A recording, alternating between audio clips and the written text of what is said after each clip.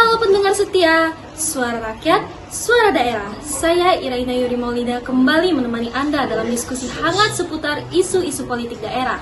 Hari ini kita akan membahas salah satu program yang banyak diperbincangkan masyarakat Kalimantan Timur, yaitu Beasiswa Gratis Pol, sebuah program bantuan pendidikan yang semestinya membuka akses pendidikan tinggi untuk semua.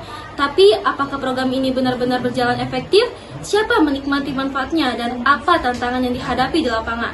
Hari ini kita ditemani oleh narasumber utama perwakilan dari Dinas Pendidikan Kaltim serta dua tamu spesial, seorang mahasiswa penerima beasiswa dan aktivis pendidikan dari Samarinda. Baik, kita langsung ke Ibu Adinda Salsabila dari Dinas Pendidikan Kaltim. Bisa dijelaskan apa sebenarnya program beasiswa gratis Pol ini? Terima kasih sedang bisa bergabung dan berdiskusi. Beasiswa gratis Pol adalah bantuan yang mencakup biaya kuliah dan kebutuhan lainnya seperti alat belajar. Tujuannya agar pendidikan tinggi bisa diakses oleh semua kalangan. Sayangnya, banyak masalah mulai terjadi, dari kurangnya sosialisasi, proses pendaftaran yang membingungkan, dan pencairan dana yang tidak jelas waktunya. Ada indikasi program ini dijadikan untuk kepentingan politik, apalagi menjelang tahun politik. Baik, terima kasih Ibu Adinda. Sekarang kita beralih ke Abil Dea Imansyah, mahasiswa teknik sipil di Universitas Mula Warman yang merupakan penerima beasiswa. Abil, bagaimana pengalamanmu sejauh ini? Secara umum sangat membantu, Mbak. Jadi saya tidak perlu memberikan biaya kuliah dan bisa fokus belajar. Tapi memang ada kendala di pencairan yang sering telat. Teman-teman saya juga ada yang sampai ditagih pembayaran kuliah karena beasiswanya belum cair. Wah, ini masalah serius ya. Baik, sebelum lanjut ke tamu berikutnya, apakah ada yang ingin dipertanyakan? Pertanyaan saya untuk Bu Adinda, sebenarnya apa sih dasar utama dibentuknya program beasiswa gratis Pol ini? Terima kasih Abil. Program gratis Pol dibentuk sebagai bentuk keberpihakan pemerintah daerah pada akses pendidikan yang merata. Dasarnya adalah peraturan Gubernur tahun 2020 tentang pendidikan gratis dan penguatan vokasi. Target awalnya adalah membantu mahasiswa kurang mampu agar bisa menyelesaikan pendidikan tanpa dibebani biaya operasional atau kuliah. Kalau begitu, kenapa sekarang banyak mahasiswa yang mengeluh? Apakah karena program ini tidak berjalan maksimal? Saya tidak memungkiri adanya hambatan. Beberapa kendala yang muncul antara lain keterbatasan anggaran pasca pandemi serta masalah verifikasi data penerima. Ada juga laporan mengenai ketidaksesuaian antara kuota dan realisasi. Kita sedang evaluasi total dengan Dinas Pendidikan agar anggaran 2025 bisa kembali mengakomodasi lebih banyak mahasiswa.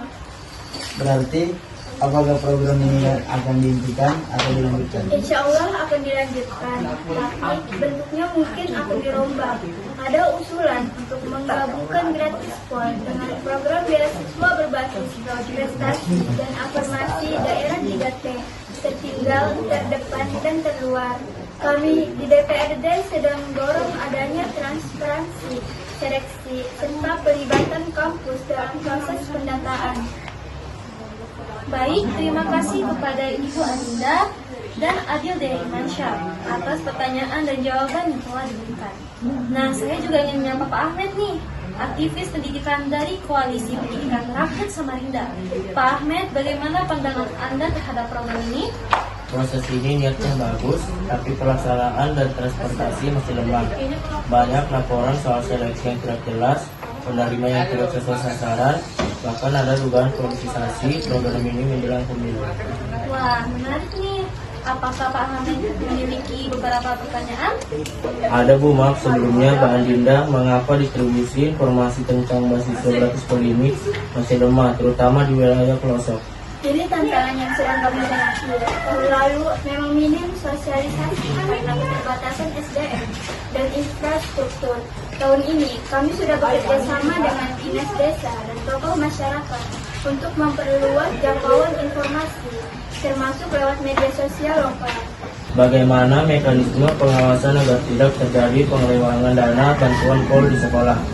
Kami membentuk tim pengawasan lintas sektor, termasuk melibatkan BKKP dan inspektor daerah. Selain itu, kami juga mendorong transparansi berbasis digital agar orang tua bisa memantau langsung status beasiswa anaknya.